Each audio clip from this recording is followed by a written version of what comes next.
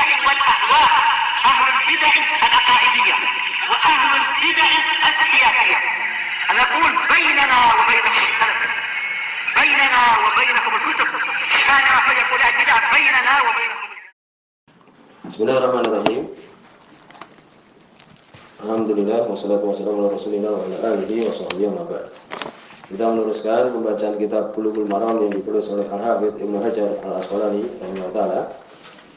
Kita sudah masuk di kitab shalah dan masuk di bab tentang al-masajid, tentang masjid-masjid.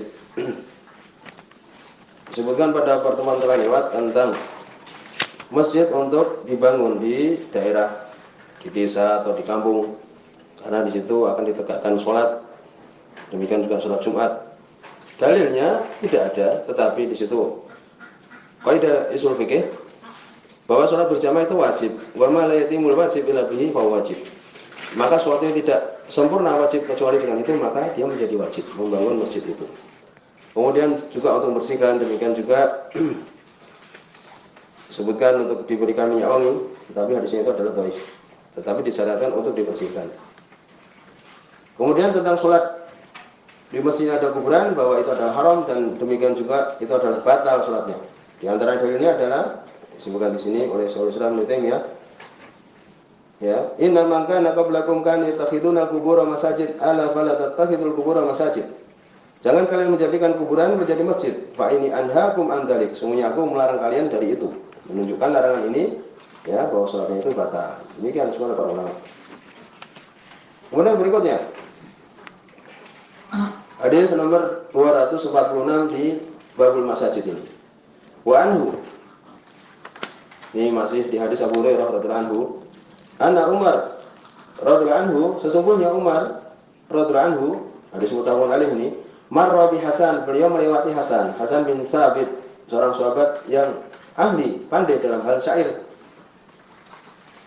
Yunshidu fil masjid, menyampaikan nasyid, yakni syair di dalam masjid. Fala hadha ilaih, maka Umar memberikan peringatan. Ya, memberikan peringatan. Faqala, kemudian Hasan mengatakan, qad kuntu unshidu fi, sesungguhnya aku pernah menyampaikan syair di dalam masjid, di Masjid Nabawi. Wa fihi man huwa khairun minka, dan di dalamnya ada orang yang lebih bagus dari engkau, yaitu siapa? Nabi Muhammad SAW. Di sini jelas menunjukkan apa? Bolehnya menyampaikan syair di dalam masjid. Tentu saja adalah syair-syair yang baik. Disebutkan oleh Ibnu Rajab di Fathul Bari beliau, wa jumhur ulama ala jawazi insyadi syair. Boleh, jumhur mengatakan boleh menyampaikan syair di dalam masjid. Al-mubah, yang boleh saja di masjid.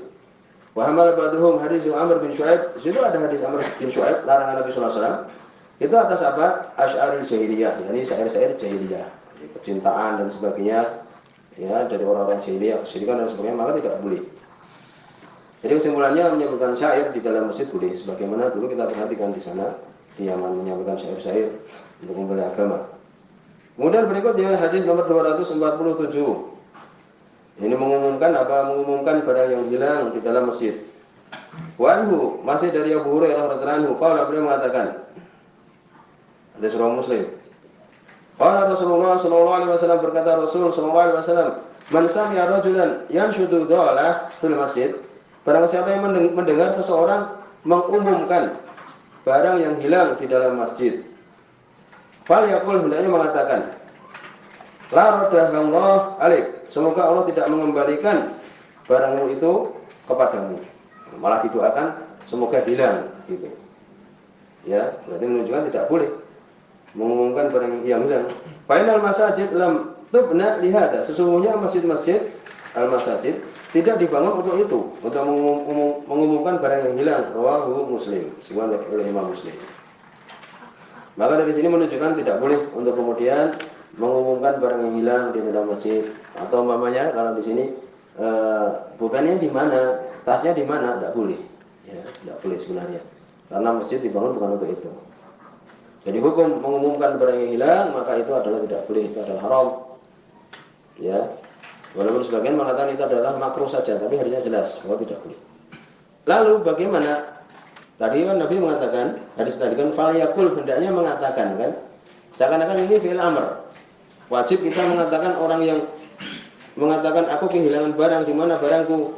Wajib kita mengatakan semoga hilang gitu. Apakah wajib? Apakah kita mendoakan supaya hilang itu malah wajib?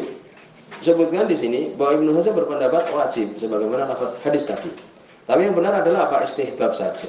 Disukai saja, sunnah saja. Tidak kemudian kalau ada orang bilang itu kita lalu mengatakan semoga hilang barangmu, tidak. Tapi istihbab saja. Apa yang menggiring wajib tadi kepada sunnah saja? Di situ ada hadis.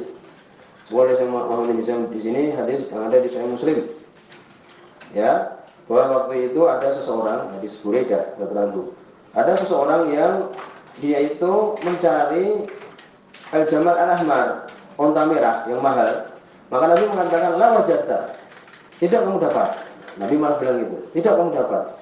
Inna buniyal masajid lima buniyat lahu. Sesungguhnya dibangun masjid untuk apa yang dibangun padanya. Itu bukan untuk mengumumkan sesuatu yang hilang, kan gitu. Lafaz tadi kan falam ya'murhu. Falam ya'murhu Nabi sallallahu alaihi wasallam. Nabi tidak memerintahkan dengan lafaz tadi untuk mendoakan tadi, kan demikian. Dari sinilah dikiring wajib tadi kepada makna sunnah, karena di dalam hadis yang lain Nabi tidak memerintahkan untuk mengucapkan doa tadi. Lalu bagaimana kalau ada barang yang hilang?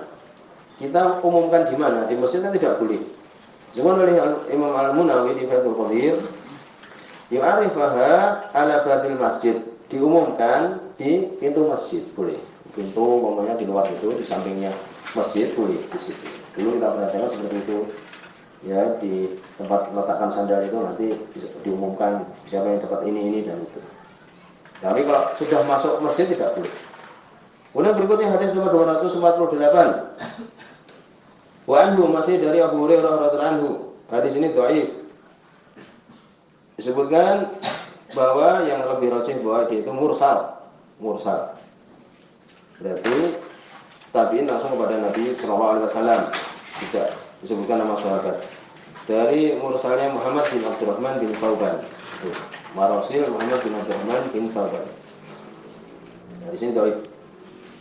Dari Abu Hurairah radhiyallahu anhu, anna Rasulullah sallallahu alaihi wasallam qala, sesungguhnya Rasul sallallahu alaihi wasallam beliau mengatakan,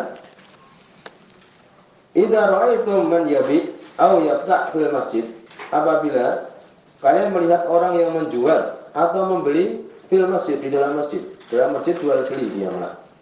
Bisnis kalian di dalam masjid. Enggak pernah ketemu, masuk di masjid ngomongkan masalah jual beli. Faqulu, maka ucapkanlah la arbahallahu tijaratak. Semoga Allah tidak menguntungkan bisnismu atau usahamu atau perniagaan kamu. Semoga Allah tidak membuat untung perniagaanmu. Rawahu Nasa'i wa Tirmidzi wa hasanahu. Diriwayatkan oleh Imam An-Nasa'i, demikian juga Imam At-Tirmidzi, dan Imam At-Tirmidzi menghasankan. Tapi tadi kita sebutkan bahwa itu adalah mursal. Lalu bagaimana hukum jual beli di dalam masjid? Ya, yang benar adalah ya, itu haram, ya, demikian. Wa sahih wa tahrim. Ya, di situ ada hadis yang sahih yang menggantikan ini. Hadis Amr bin Shu'aib an Nabi an Jaddi, yani hadis Abdullah bin Amr bin As radhiyallahu anhuma.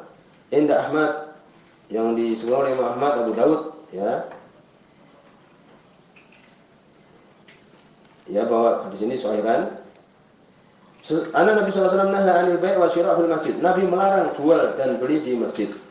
Ya, demikian. Jadi itu tidak boleh. Hadis ini cukup. Tidak boleh untuk jual beli dalam masjid.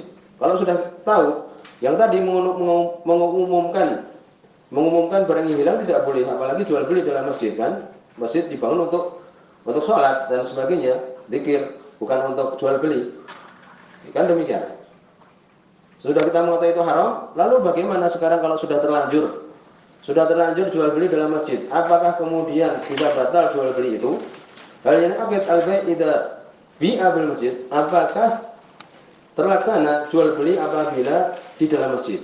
Memang haram, tetapi apakah kemudian terjadi? Yani kemudian dilaksanakan, tidak dibatalkan? Sebutkan di sini oleh Imam Al-Iraqi, demikian juga Al-Mawardi, al-ijma' ala in'iqad al-bai', ya, sama di Nailul Awtar. Sebutkan di Nailul Awtar bahwa ijma' jual beli itu terlaksana. Tidak bisa dibatalkan dengan alasan tadi di masjid sehingga jual beli kita batal, tidak. Sudah. Ijma sepakat bahwa itu jual belinya adalah sah. Demikian. Tidak bisa dibatalkan. Paham ya? Walaupun berdosa tetapi demikian, jual belinya adalah sah. Lalu bagaimana sekarang dzikr bai' wa syira' fil masjid? Cuma ngobrol-ngobrol saja. Ya, ngobrol-ngobrol, aku punya tanah ini, gimana ini enaknya dan sebagainya. Ngomongkan masalah itu. Ya, hingga nadzalika ala wajhil ifadah fi hadis dunya. Kalau cuma bercakap-cakap saja tentang pembicaraan dunia, masalah dunia ngobrol di dalam masjid, ya. Fakari huwa Hanabilah. Wa rahasahu ashabu Syafi'i.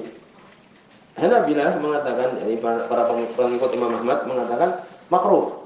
Adapun Syafi'iyah mengatakan ini rukhsah, boleh-boleh saja. Oleh karena itu dulu ya kadang di rapat-rapat takmir itu kan, itu malah ngobrol masalah dunia. Gimana rumahmu dan sebagainya di dalam masjid.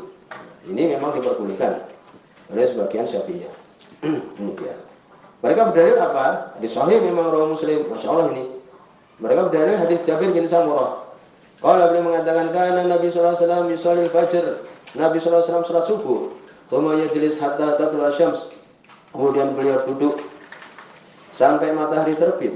Wa kanu ya'khudun fi umuri jahiliyah. Dulu mereka mengambil perkara-perkara jahiliyah. Yadhakun, kemudian mereka tertawa.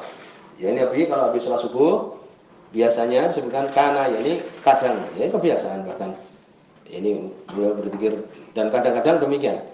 Duduk di masjid habis sholat subuh, ya sampai matahari terbit. Kemudian para sahabat berbincang-bincang perkara jahiliyah dulu sebelum masuk Islam, ya kan? Mereka pada tertawa satu dengan yang lain kan kadang gitu. Kita nyebutkan dulu ketika masih jahiliyah gini-gini.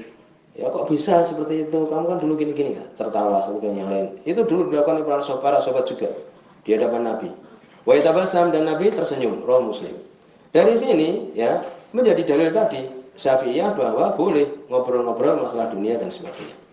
Tapi yang jelas hadis ini tidak jelas, tidak menunjukkan dengan jelas bahwa di situ apa? Menyebutkan masalah dunia, tidak. Bahkan kemungkinan apa? Kemungkinan yahtamil annahum yatadzakkaruna ma manallahu alaihim bihi minal Islam. Mereka saling menyebutkan apa yang Allah berikan kenikmatan kepada mereka dengan masuk Islam.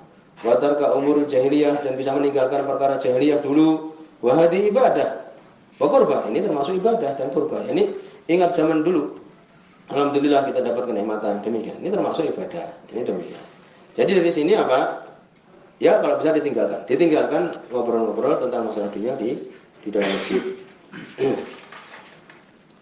Sampai di sini subhanallah wa bihamdika asyhadu an la ilaha illa anta astaghfiruka wa atubu ilaik.